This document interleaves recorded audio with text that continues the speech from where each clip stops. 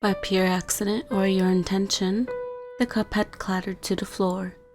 You gave the excuse that you couldn't help it because of your weary bones.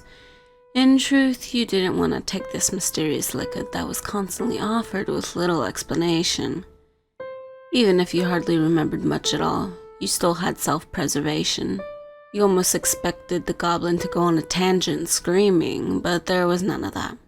Instead, the cave was quiet and those yellow eyes were wide. Only subtle twitches of their pupils were noticed as the creature looked frozen in place. Was it fear? Anger? No sound was given by the goblin in response. Yet a crackling sound somewhere in the distance of the cave caused even more fear in the goblin's eyes. Still, no response was given by the goblin. Instead, they wordlessly escaped into the darkness of the cave. Whatever caused the sound was not something they wanted to deal with. It must have been the humming that carried around the cave that spooked the goblin. Maybe you understood that feeling too with how haunting it was. No footsteps were even heard either. Just this hum that didn't seem to have a solid direction. Instead, it bounced around the cave.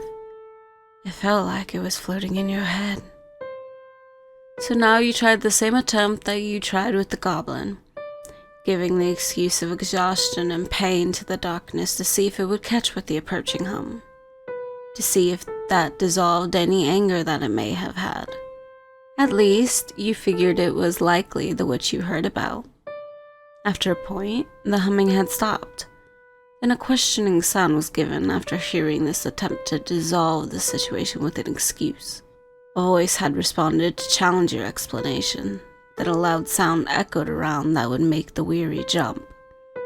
Following the sound, light filled your vision at the sudden moment. The strain it caused had you waiting a pained moment to see if your vision would adjust.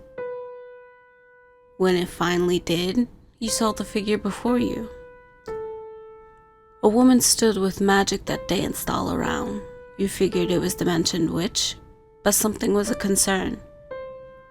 Where there should have been eyes was a flat surface on her face. Instead, markings were painted on like the sun. Then instead of anger, a smile was on her face. The witch regarded you for a moment before questioning you again, bringing up the fact that if you were so hurt, then you should have taken your medicine. Then she asked how you were feeling. The idea was that the faster you felt better, the faster you could leave.